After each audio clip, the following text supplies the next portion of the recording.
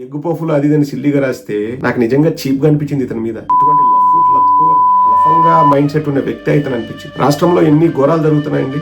8 నెలల చిన్నారిని రేప్ చేసి ఇప్పటి వరకు శవము కూడా దొరకకుండా చేసినప్పుడు ఎర్రమట్టి దిబ్బలు మాయమైతుంటే సేఫ్ హ్యాండ్స్ ఎక్కడికి వెళ్ళాయి? సాయి ధరమ్ తేజ్. ఇసుక అక్రమ రవాణా అవుతుంటే సేఫ్ హ్యాండ్స్ ఎక్కడికి వెళ్ళాయి? సాయి ధరమ్ తేజ్. ఒక అమాయకపు వ్యక్తిని రోడ్డు మీద నరికి నరికి నరికి చంపుతుంటే ప్రజలందరూ చూస్తుండగా చిత్రీకరిస్తుండగా సేఫ్ హ్యాండ్స్ ఎక్కడికి వెళ్ళాయి?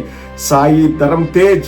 6 నెలల పసి కందును రేప్ చేసినప్పుడు సేఫ్ హ్యాండ్స్ ఎక్కడికి వెళ్ళాయి? సాయి ధరమ్ తేజ్. కర్నూలులో ఒక తెలుగుదేశం వాడు ఇంకొక తెలుగుదేశం వ్యక్తిని బహిర్భూమికి వెళ్ళినప్పుడు మార్నింగ్ 4 o'clock కి చంపినప్పుడు సేఫ్ హ్యాండ్స్ ఎక్కడికి వెళ్ళాయి? సాయి ధరమ్ తేజ్. సిగ్గు లేకోకుండా అభ్యుదయ భావాలున్నాయి, ఆడపిల్లలకు నేను రక్షణగా ఉంటా అని చెప్పి